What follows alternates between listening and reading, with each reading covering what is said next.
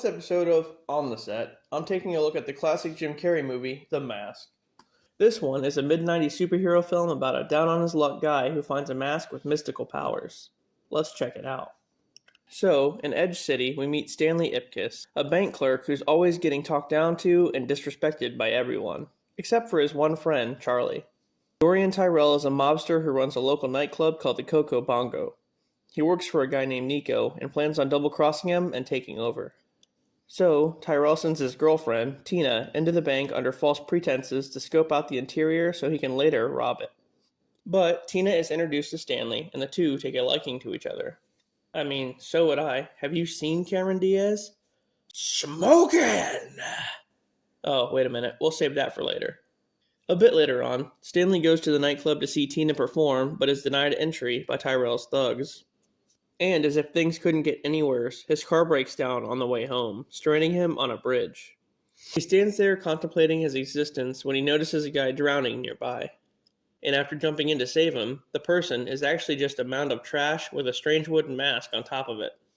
So, back at his apartment, Stanley tries it on and suddenly gets transformed into The Mask, a cartoonist superhero with a green head.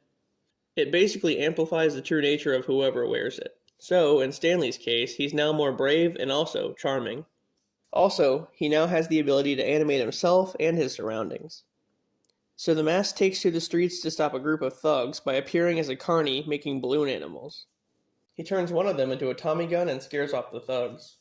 The next day, Stanley's harassed by Detective Calloway, who's on the Mask's trail and thinks he's a vigilante.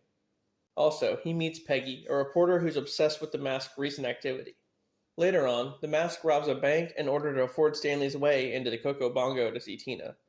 But it just so happens he robs the bank just before Tyrell gets there to rob it himself, and he takes all the money. At the club, Stanley goes in as the Mask and ends up dancing with Tina. Tyrell's thugs engage in a shootout with him, but is interrupted by Detective Calloway, who shows up to arrest Tyrell for the bank heist. A piece of the Mask's suit gets torn off and reverts back to Stanley's pajamas after it falls off of him. The detective finds it and assumes that Stanley is involved somehow. A while later, Stanley enlists the help of Dr. Newman, a specialist on masks, who tells him that this one in particular could have been made by Loki. Yes, that Loki, the god of mischief. Also, he tells Stanley that the mask is based on his inner desires and will manifest whenever he puts it on. That night, Stanley meets with Tina in a local park to introduce her to the mask. But, yet again, they're interrupted by the detective.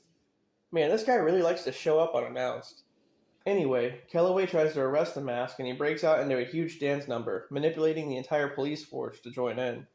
And then he escapes with Peggy. Peggy leads Stanley right to Tyrell, who tricked him in exchange for money. Then Tyrell steals the mask and puts it on, becoming a demonic version of himself. Stanley is forced to tell them the location of the money that he stole from the bank, and he's left behind to get arrested. Later on, Tina goes to visit Stanley in jail, and he tells her to leave town. And, just when she goes to leave, Tyrell kidnaps her and takes her to a charity event at the Coco Bongo. Tyrell shows up and kills Nico and plants a bomb, planning on blowing up the club. Meanwhile, Stanley's dog Milo helps him break out of jail, and they head to the club to rescue Tina. Once they get there, Stanley and Charlie head into the club, but are immediately captured and tied up. Tyrell takes the mask off briefly and it's stolen by Milo, who then puts it on and mows through all of Tyrell's thugs. Then, Stanley puts the mask back on and swallows the bomb seconds before it goes off. He draws a handle on a fountain and uses it to flush Tyrell down the drain of it. Calloway tries to arrest Stanley for everything, but the mayor, who was there the whole time, implicates Tyrell as the mask and his thugs are all arrested.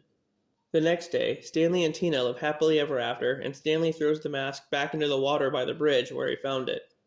The end. Yeah, this one is a classic. I didn't realize it at first, but this is definitely a superhero movie. I guess it's because I was really young when I first watched it, so I didn't notice. But yeah, Jim Carrey was awesome in this one, and Cameron Diaz, smokin'! The guy that played Tyrell was a great bad guy, and I'm pretty sure he always plays bad guys. Well, anyway, that was The Mask. If you haven't seen it, you need to go see it right now. I would just stay away from the sequel. Alright guys, see you later.